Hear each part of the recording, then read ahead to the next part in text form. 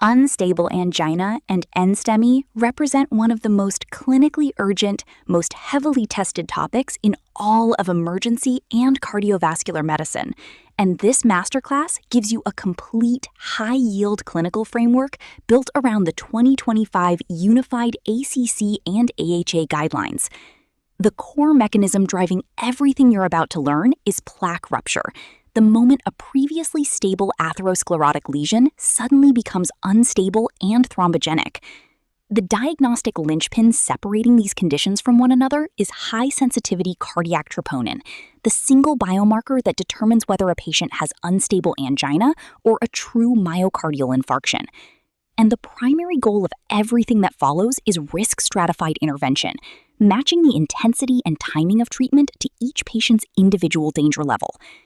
Over the next several minutes, we'll build a complete visual reasoning pathway, the full acute coronary syndrome spectrum, the pathophysiology of plaque instability, the clinical criteria that define this condition, biomarker kinetics, risk scoring, the 3 pharmacologic pillars of management, critical exam traps, intervention timing, and the major 2025 paradigm shifts that have reshaped how this disease is now managed worldwide. Unstable angina and NSTEMI represent one of the most clinically urgent, most heavily tested topics in all of emergency and cardiovascular medicine. And this masterclass gives you a complete, high-yield clinical framework built around the 2025 Unified ACC and AHA guidelines. The core mechanism driving everything you're about to learn is plaque rupture, the moment a previously stable atherosclerotic lesion suddenly becomes unstable and thrombogenic. The diagnostic linchpin separating these conditions from one another is high-sensitivity cardiac troponin, the single biomarker that determines whether a patient has unstable angina or a true myocardial infarction. And the primary goal of everything that follows is risk-stratified intervention, matching the intensity and timing of treatment to each patient's individual danger level. Over the next several minutes, we'll build a complete visual reasoning pathway, the full acute coronary syndrome spectrum, the pathophysiology of plaque instability, the clinical criteria that define this condition, biomarker kinetics, risk scoring, the 3 pharmacologic pillars of management, critical exam traps, intervention timing, and the major 2025 paradigm shifts that have reshaped how this disease is now managed worldwide. Visualizing the artery itself at each stage of disease helps cement the underlying mechanism. In stable angina, the artery shows a fixed atherosclerotic stenosis, a stable, unchanging narrowing that produces demand-driven ischemia, meaning symptoms appear only when oxygen demand outstrips the limited but constant supply available through that fixed narrowing. In unstable angina and NSTEMI, the picture changes dramatically. A transient or incomplete thrombus has now formed atop a ruptured plaque, producing supply-driven rest ischemia, since the problem is no longer simply demand exceeding a fixed ceiling, but an acute, unpredictable drop in supply itself. This same mechanism, when severe or prolonged enough, produces subendocardial necrosis in NSTEMI. In STEMI, the artery shows complete sustained occlusion, a thrombus so total that it cuts off blood flow entirely, producing transmural necrosis, meaning the entire thickness of the heart wall dies. This single illustration captures the essential truth of the entire ACS spectrum. It's not 3 different diseases, it's one disease, atherosclerotic plaque instability, expressed at 3 different degrees of severity and completeness of occlusion. Here's a crucial organizing principle worth memorizing before diving into the details. Unstable angina and NSTEMI follow an absolutely identical management pathway, right up until the single point where biomarkers diverge. Looking across the full spectrum, the pain pattern in both unstable angina and NSTEMI is rest pain, or a crescendo pattern, distinctly different from the predictable pattern of stable angina, while STEMI presents with severe rest pain. The plaque status in both unstable angina and NSTEMI is partially ruptured, whereas STEMI represents complete plaque rupture and occlusion. The ECG findings are identical between unstable angina and NSTEMI, showing ST depression or T-wave inversion, while STEMI shows the namesake ST elevation. The critical divergence point is biomarkers. Troponin is negative in unstable angina, but positive in NSTEMI, despite both conditions sharing identical pain patterns, plaque status, and ECG findings. This single troponin result determines infarct depth, none in unstable angina, subendocardial in NSTEMI, transmural in STEMI, and ultimately separates these two NSTE-ACS conditions diagnostically while keeping their initial treatment approach essentially unified. A patient should be considered to have NSTE-ACS when their presentation meets at least one of three specific clinical criteria. Rest pain means anginal discomfort occurring at rest and lasting longer than 10 minutes, a clear departure from the brief, exertion-bound pattern of stable angina. New onset means severe anginal pain that began within the preceding roughly 2 weeks, particularly when it's significant and limiting. Crescendo pattern means previously stable angina that has now become distinctly more frequent, more prolonged, or provoked by progressively less exertion than before. Beyond these three criteria, a high index of suspicion is absolutely required in specific populations. Elderly patients, women, and diabetic patients frequently lack classic chest pain entirely. In these groups, watch instead for dyspnea, unexplained fatigue, diaphoresis, or even isolated epigastric discomfort substituting for typical anginal symptoms. On physical examination, severe findings to watch for include diaphoresis, tachycardia, an S3 or S4 gallop, or basilar crackles, all of which reflect underlying ischemic left ventricular dysfunction and signal a more severe, higher-risk presentation requiring urgent evaluation. Understanding why NSTE-ACS produces the specific ECG pattern it does requires understanding basic myocardial anatomy. The subendocardium, the innermost layer of heart muscle, sits furthest from the epicardial blood supply, the coronary arteries that travel along the heart's outer surface and send branches inward. This anatomical positioning makes the subendocardium the most vulnerable layer to partial coronary occlusion, since it's the last territory to receive blood flow and the first to suffer when supply drops, even modestly. This is precisely why a partial or incomplete thrombus, the hallmark of NSTE-ACS, characteristically produces this distinctive subendocardial ischemia signature on ECG, ST segment depression rather than elevation, reflecting injury confined to this innermost, most vulnerable layer rather than the full thickness of the wall.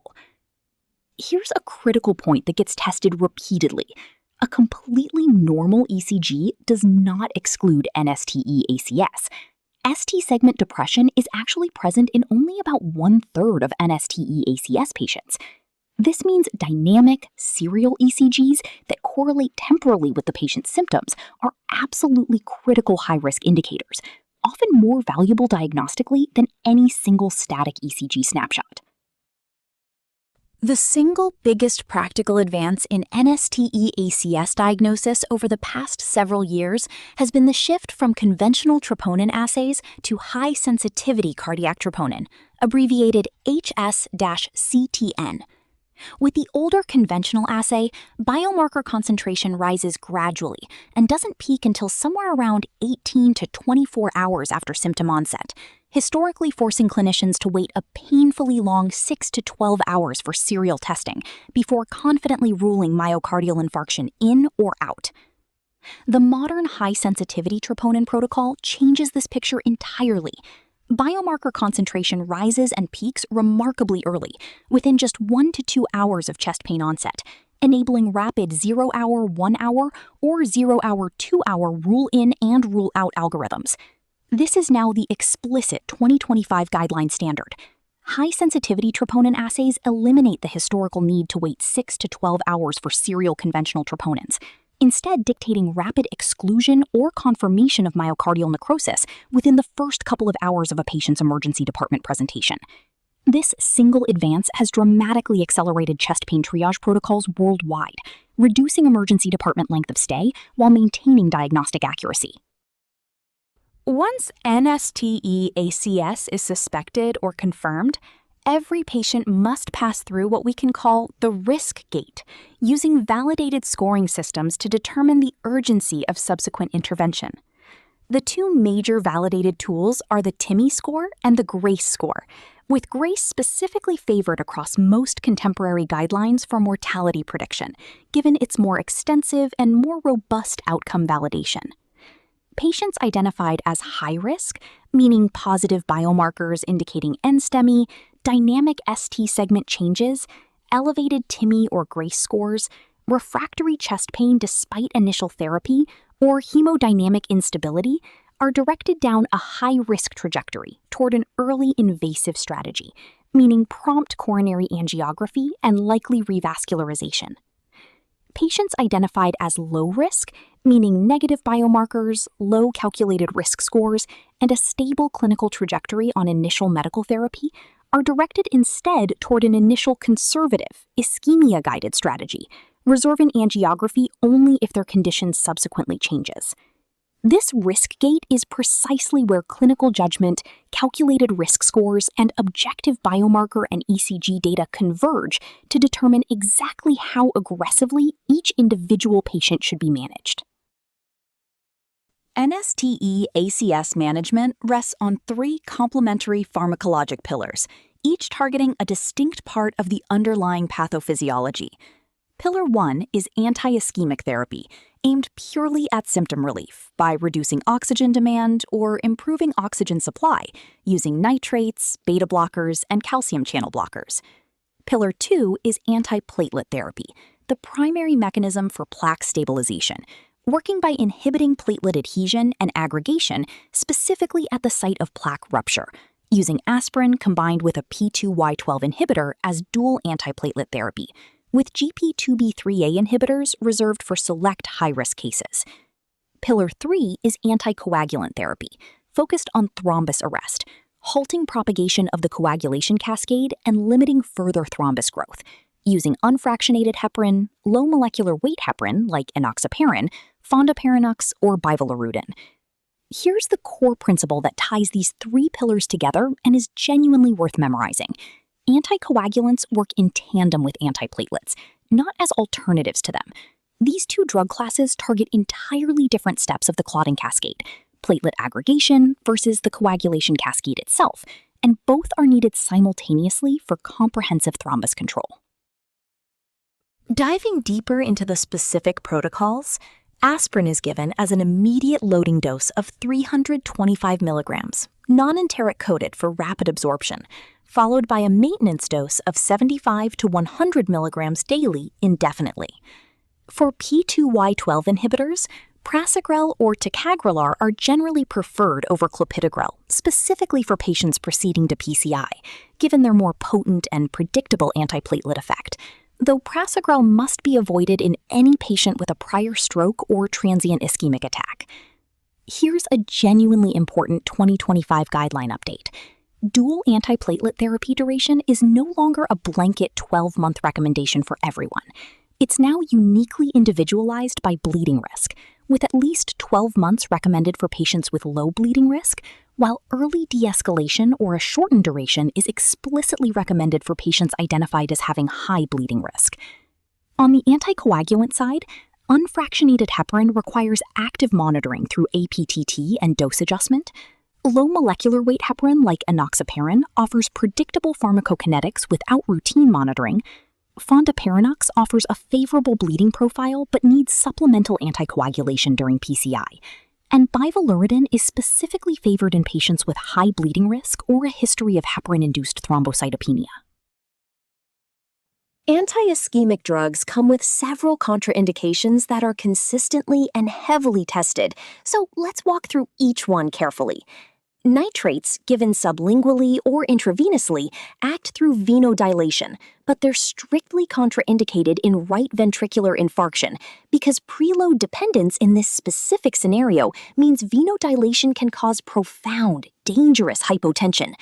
They're also contraindicated in general hypotension and in patients with recent PDE5 inhibitor use, specifically sildenafil within 24 hours or tadalafil within 48 hours, given the risk of severe synergistic vasodilation.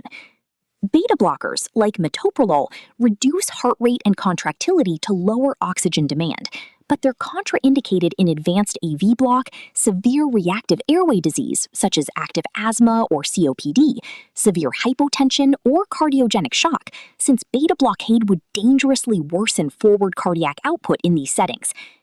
Non-dihydropyridine calcium channel blockers, diltiazem and verapamil, serve as an alternative when beta blockers are contraindicated or ineffective, but they must be avoided in significant left ventricular systolic dysfunction because their negative inotropic effect can trigger acute decompensation in an already weakened heart. The decision regarding physical intervention, meaning coronary angiography and potential revascularization, splits into 3 distinct timing pathways based on risk severity. Urgent invasive intervention, occurring within less than 2 hours, is reserved for the highest risk patients, those with ongoing refractory ischemia despite maximal medical therapy, hemodynamic instability or frank cardiogenic shock, electrical instability, such as sustained ventricular arrhythmias, or mechanical complications. Early invasive intervention, occurring within a 24 to 48-hour window, applies to high-risk NSTE-ACS patients, those with positive biomarkers confirming NSTEMI, dynamic ST segment changes, or an elevated GRACE score. Initial conservative management, using an ischemia-guided observational approach, is reserved for genuinely low-risk patients, those with negative biomarkers, low calculated risk scores, and symptom resolution on medical therapy alone. Critically, angiography in this conservative pathway is reserved only if symptoms recur or biomarkers subsequently turn positive during observation, meaning low-risk patients are spared an unnecessary invasive procedure unless their clinical picture genuinely changes for the worse. Let's directly compare the old paradigm against the new 2025 paradigm across 4 critical dimensions, because these shifts represent genuinely high-yield, frequently tested updates. In guideline architecture, the old paradigm used separate STEMI and NSTE-ACS guidelines published in 2013 and 2014 respectively, while the 2025 paradigm uses a single, unified, comprehensive ACS framework. In biomarkers, the old paradigm relied on 6 to 12-hour serial conventional troponins, while the 2025 paradigm uses accelerated 0-1-hour or 0-2-hour high-sensitivity troponin rule-in and rule-out algorithms. In dual antiplatelet therapy duration, the old paradigm gave a blanket 12-month recommendation for everyone, while the 2025 paradigm is highly individualized by bleeding risk, with early de-escalation explicitly recommended for high-risk bleeders. And in vascular access and rehabilitation, the old paradigm commonly used femoral access, with cardiac rehabilitation treated as a secondary adjunct, while the 2025 paradigm strictly prefers radial artery access for its lower bleeding profile, alongside mandatory intensive lipid-lowering therapy and structured cardiac rehabilitation as integral, guideline-mandated components of comprehensive post-ACS care. Distinguishing typical NSTE-ACS from Prinzmetal's variant angina is a classic, consistently tested differential. In typical NSTE-ACS, the pathophysiology is plaque rupture and thrombosis, occurring in patients with the classic atherosclerotic risk factor profile, hypertension, diabetes, smoking, hyperlipidemia, and so on. The ECG signature is ST depression or T-wave inversion, and medical management centers on antiplatelets and anticoagulants. In Prinzmetal's angina, by sharp contrast, the pathophysiology is focal coronary artery vasospasm rather than thrombosis, occurring classically in relatively young patients, heavily associated with smoking, often without the broader atherosclerotic risk profile you'd expect. The ECG signature is transient ST elevation, occurring specifically during pain, mimicking STEMI but resolving completely once the spasm passes. Medical management relies on nitrates and calcium channel blockers, both potent vasodilators that directly relieve the spasm. Here's the genuinely counterintuitive exam trap worth memorizing, called the aspirin paradox. While aspirin is the mandatory cornerstone of therapy in typical NSTE-ACS, it's contraindicated and should be avoided in Prinzmetal's angina because cyclooxygenase inhibition shifts arachidonic acid metabolism toward vasoconstrictive thromboxanes, actually worsening the underlying spasm. Let's bring this entire framework together into one unified management pathway. Presentation begins with rest pain lasting more than 10 minutes, new onset within roughly 2 weeks, or a crescendo pattern of previously stable angina. Diagnosis follows immediately. The ECG looks for ST depression or T-wave inversion, while the high-sensitivity troponin test at 0 to 1 hour provides the defining answer. Negative, meaning unstable angina, positive, meaning NSTEMI. Medical stabilization is then initiated across all 3 pharmacologic pillars simultaneously. Nitrates plus beta blockers for anti-ischemic relief, aspirin plus a P2Y12 inhibitor as dual antiplatelet therapy, and an anticoagulant, typically a heparin-based agent, for thrombus arrest. The patient then passes through the risk gate, where GRACE and TIMI scores are calculated. High-risk patients proceed to an invasive strategy, within 24 to 48 hours, or under 2 hours if genuinely unstable, while low-risk patients proceed to conservative observation. This entire unified pathway is now formally codified in the 2025 ACC, AHA, ACEP, NAEMSP, and SCAI guideline for the management of patients with acute coronary syndromes, representing the current gold standard approach to this critical, time-sensitive diagnosis.